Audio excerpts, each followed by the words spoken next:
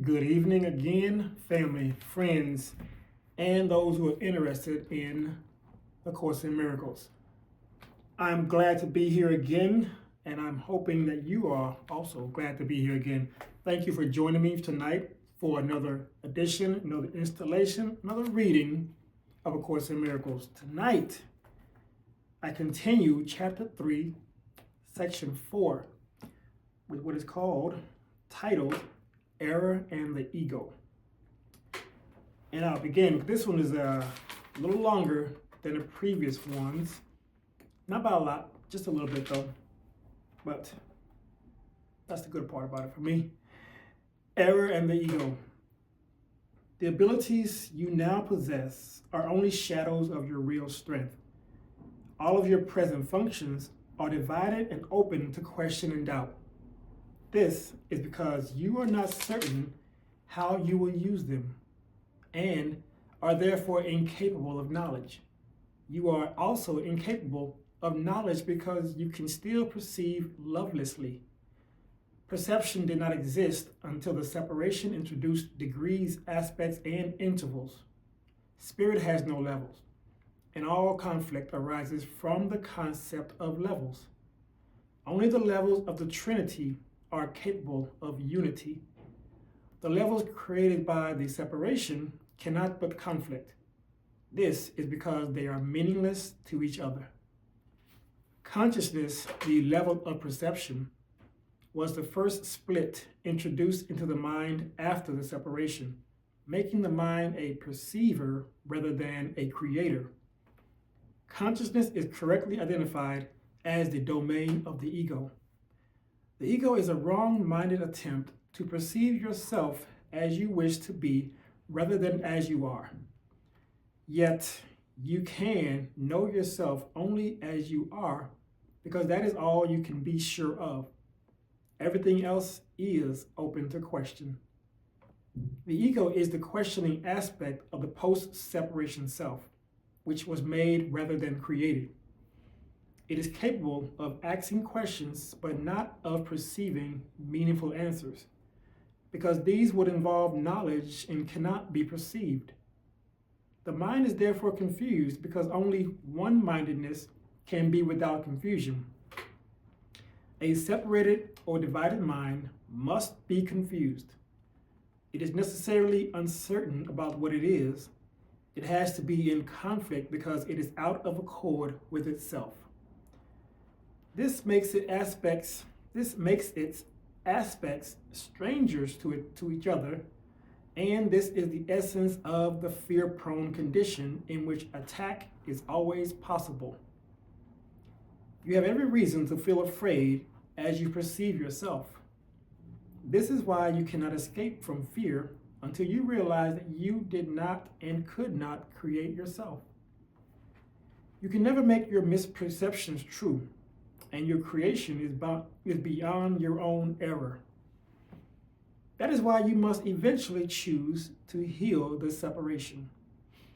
Right-mindedness is not to be confused with the knowing mind because it is applicable only to right perception. You can be right-minded or wrong-minded, and even this is subject to degrees, clearly demonstrating that knowledge is not involved.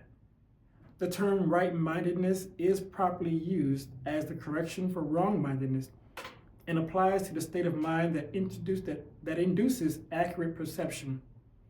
It is miracle-minded because it heals misperception, and this is indeed a miracle in view of how you perceive yourself. Perception always involves some misuse of mind because it brings the mind into errors of uncertainty. The mind is very active. When it chooses to be separated, it chooses to perceive. Until then, it wills only to know. Afterwards, it can only choose ambiguously, and the only way out of ambiguity is clear perception.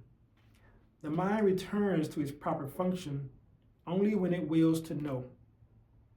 This places it in the service of spirit, where perception is changed. The mind chooses to divide itself when it chooses to make its own levels.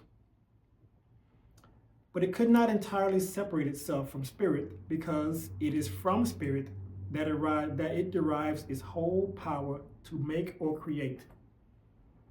Even in miscreation, the mind is affirming its source, or it would merely cease to be.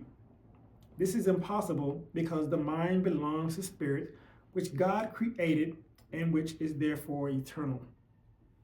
The ability to perceive made the body possible, because you must perceive something and with something. That is why perception involves an exchange or translation, which knowledge does not need. The interpretative function of perception, a distorted form of creation, then permits you to interpret the body as yourself in an attempt to escape from the conflict you have induced. Spirit, which knows, could not be reconciled with this loss of power because it is incapable of darkness. This makes spirit almost inaccessible to the mind and entirely inaccessible to the body. Therefore, or thereafter, spirit is perceived as a threat because light abolishes darkness merely by showing you it is not there. Truth will always overcome error in this way. This cannot be an active process of correction because, as I have already emphasized, knowledge does not do anything. It can be perceived as an attacker, but it cannot attack.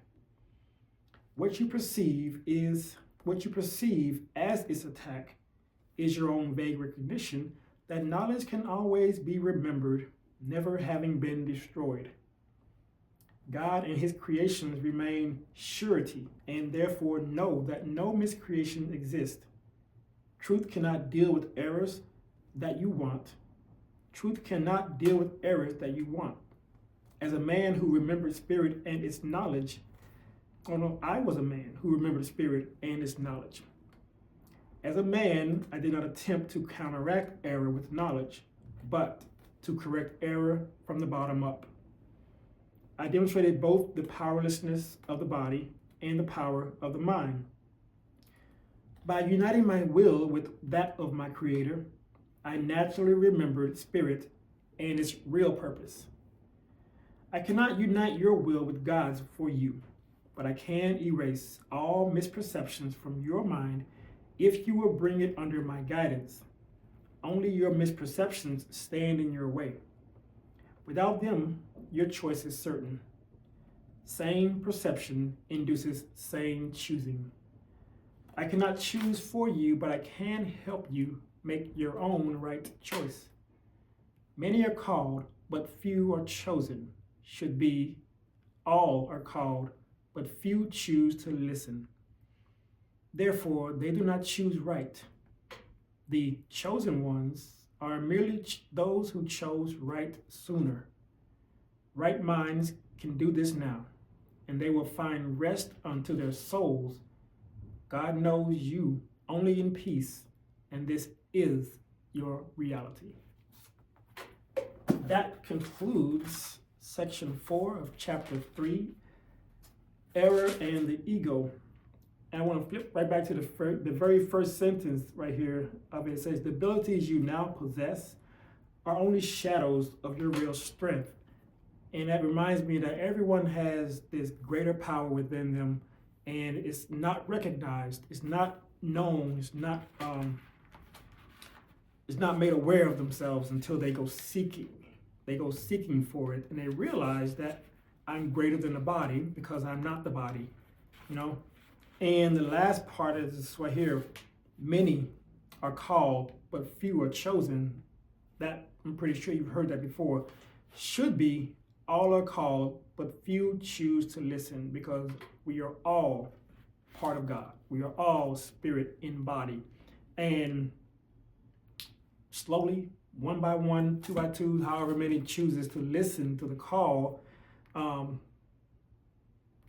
awaken to the facts, or open their eyes to the truth and choose to distribute it in ways like this, in ways by being facilitators for higher consciousness, or opening meditative centers There's so many ways for them to realize that they are not just the physical body planted here on earth with a limited amount of time.